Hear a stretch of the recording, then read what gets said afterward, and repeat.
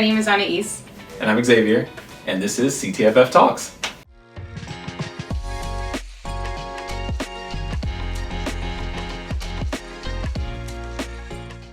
Hi, I'm Xavier Gomez. I work as a senior site liaison for the Madera and Merced County area, which is known as the North Region, since 2021. Prior to that, I was working as the site liaison for just the Merced County area since 2017. It was actually the same year that you started. Yeah. Yeah. So hi, I'm Anaise. I started with Teaching Fellows in 2017 as a tutor and then a site lead. And then most recently I was a site liaison from 2021 to 2024, where then I transitioned into program manager also for the North Region. We're going to be making some really creative bracelets based on something that speaks to us in the moment. So I think, I'm going to keep it a secret. What motivates you or has motivated you to be the best teaching fellow possible? Just my mom being a teacher. I think that's really instilled like a value in education for me. I don't know, school was always something that I had a high value for, and so, transitioning that into becoming a teaching fellow is something that, I don't know, I just kind of always feel like I'm immersed in that kind of educational world, and yeah. What about you? For me, I think about like teachers that I had when I was a kid, or even like a teenager that like really made me feel cared for. Like one moment that always like sticks out to me, and something that I think I've referenced actually in like several interviews that I've had, was like when my grandpa passed away in high school, and like I didn't complete an assignment or something because it was like all of a sudden, so I wasn't thinking about school, and then I had a teacher who, like when I was trying to explain it to her, like she pulled me outside, and like instead of just like, oh well, you didn't finish the assignment, she was asking me like, questions about like how I was doing, just checking in on me. And so I always try to think about like having teachers like that and like wanting to be that same person for the kids that we work with. Yeah, I think that's really important. And that's awesome that you had a teacher like that, because there's a lot of people that have the opposite story. Right. You know what I mean? So, what tool or support does CTFF offer that you think more tutors should take advantage of? I think the Dream Initiative, like I was thinking about it, and I was talking to somebody, a tutor once, and they were saying, oh, that's so cool, like a lot of places don't offer that, and I realized like, because I've worked with teaching fellows for almost 7 years now.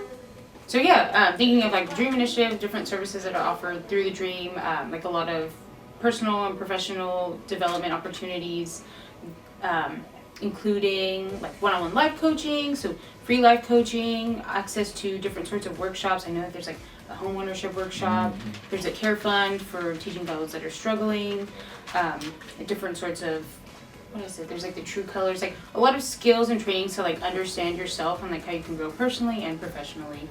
So a lot of really good resources that are out there, you just have to take it. For me, I wanted to talk about the specialty tracks that we offer at the Teaching Fellow Academies, because those are also something that I feel like a lot of people don't take advantage of, because you have to opt in. So if you don't opt in, then by default you're going to be going to the regular TFAs, which there's nothing against that. You get your certification as of this semester for attending 6 workshops, which is great.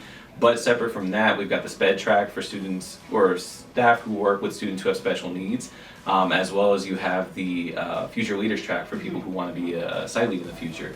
And it's not to say that if you don't take the Future Leader track, then you're not going to be eligible to be a site lead, but it is going to set you up for success to be that much more prepared when you go into that interview, or if you get that position, you'll have already gotten some of the training that would be relevant to you taking on that leadership position. So that's something that I think would be awesome for more people to take advantage of.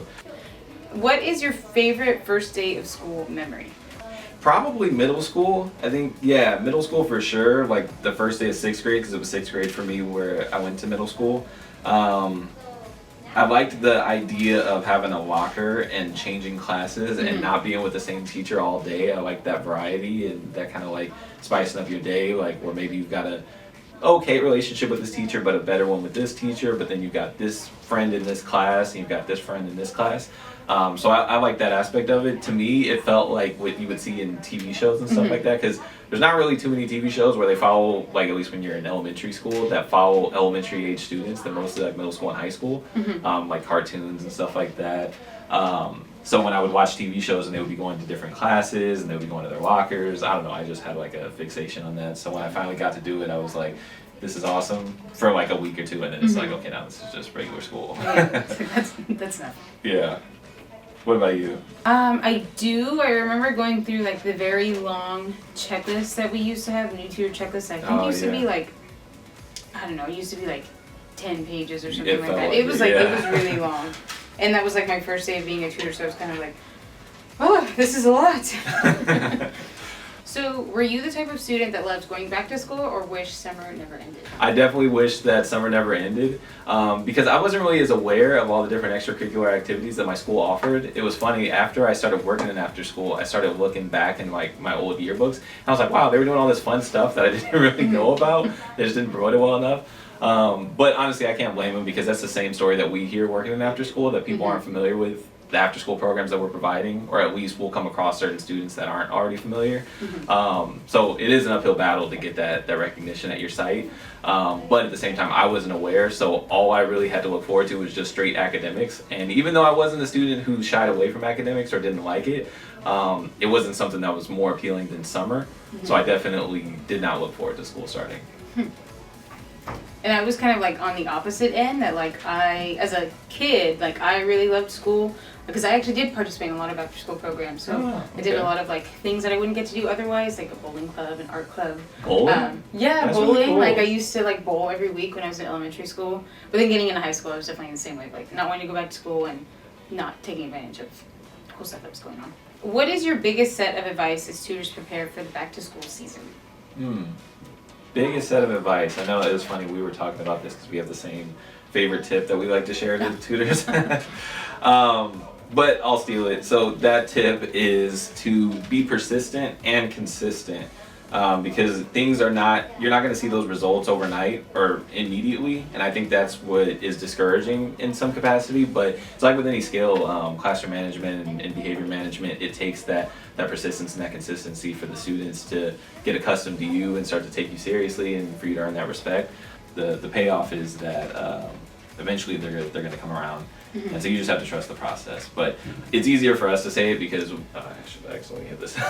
It's easier for us to trust the process because we know it works, because we've seen it in action. I think for some new tutors, because they've never seen it in action, they can be a little bit more discouraged because they don't really trust it yet. They're like, you're saying this, but it's not working when I'm doing it. So it's like, I understand that point, but trust me, it works. Well, and something that I've said too is like, I'll tell tutors like, you're going to have to say it so many times, you're going to get tired of saying it, they're going to get tired of hearing it. Yes. But that's the only way that it's going to work. Right. What is your favorite strategy to engage students, especially the students who wish summer never ended? So I have this game that I always like to play. This is kind of like my activity that I always do, especially, like I said, like if I'm jumping into a class, I'm subbing, I don't have anything planned. I play this game called Today Was a Good Day Because, and like I learned this I think from like a bullying assembly that I went to once. But it's kind of like a sharing game where like each student will have the opportunity to like think about one reason why the day was good. Like even if like overall the day was like not great, like thinking of like one positive thing about the day, and then sharing with that same structure of like today was a good day because. And so what I'll do is I'll have students, I'll take turns like standing at the front of the classroom and like share one reason why today was a good day. And everybody else like takes turns being an active listener, and so it just gets them to just to think positively about their own experience, and then gives them a chance to connect with other students, and like always like thank the students. I'll like check for understanding, check that everybody else heard them, and thank them for sharing, and then it's just a good way to get students like engaging with one another and learning things about each other. Yeah, absolutely. That's really an answer. I feel like I don't have as good of an answer, but for me, coming from the high school level, it's really important to get to know students. You need to really show and prove, and that's going to come with persistence, that you actually do care about that student, and you're interested in what they're interested in. That was something that really worked to my benefit when I was working at the site level, was taking a genuine interest in things that I did not have a genuine interest in. But not that I was like being fake about it, it was just more so that like I didn't already have this interest, but the student's passion would kind of make me interested in it, even if it wasn't something I was going home and Googling and doing my own research about, specifically anime. I think I talked to you about that, that I was running the anime club there, and it was because we had a tutor that was like really into anime that left, and she had already cultivated this really big anime following in the program. And so I was like, all right, I'll take it on. And so when I took it on, I would just ask the students a lot of questions. I would just be like, hey, why is it this way? Or why is this character doing that? Or How does this compare to what we talked about or watched last week? And just asking a lot of critical thinking questions to get the students to be kind of inspired to basically teach me about their own passion. Finished tying my knot. Oh, no way. We both picked passion. Oh, did you? Yeah. So I picked passion as my core value. It's one of the most important core values to me, just because if you have passion, kids can pick up on, like, if you're passionate about what you do, and it just, you're able to build those stronger connections and have a deeper positive impact on them. Yeah, I don't even know what I could add to that, because it's exactly the reason that I put passion on my bracelet as well. But what I will say is I also added my initials to personalize it. I added BUHAC, since that's the school where I started at, and I also put NR for the North region. So I had I put a lot of thought into it.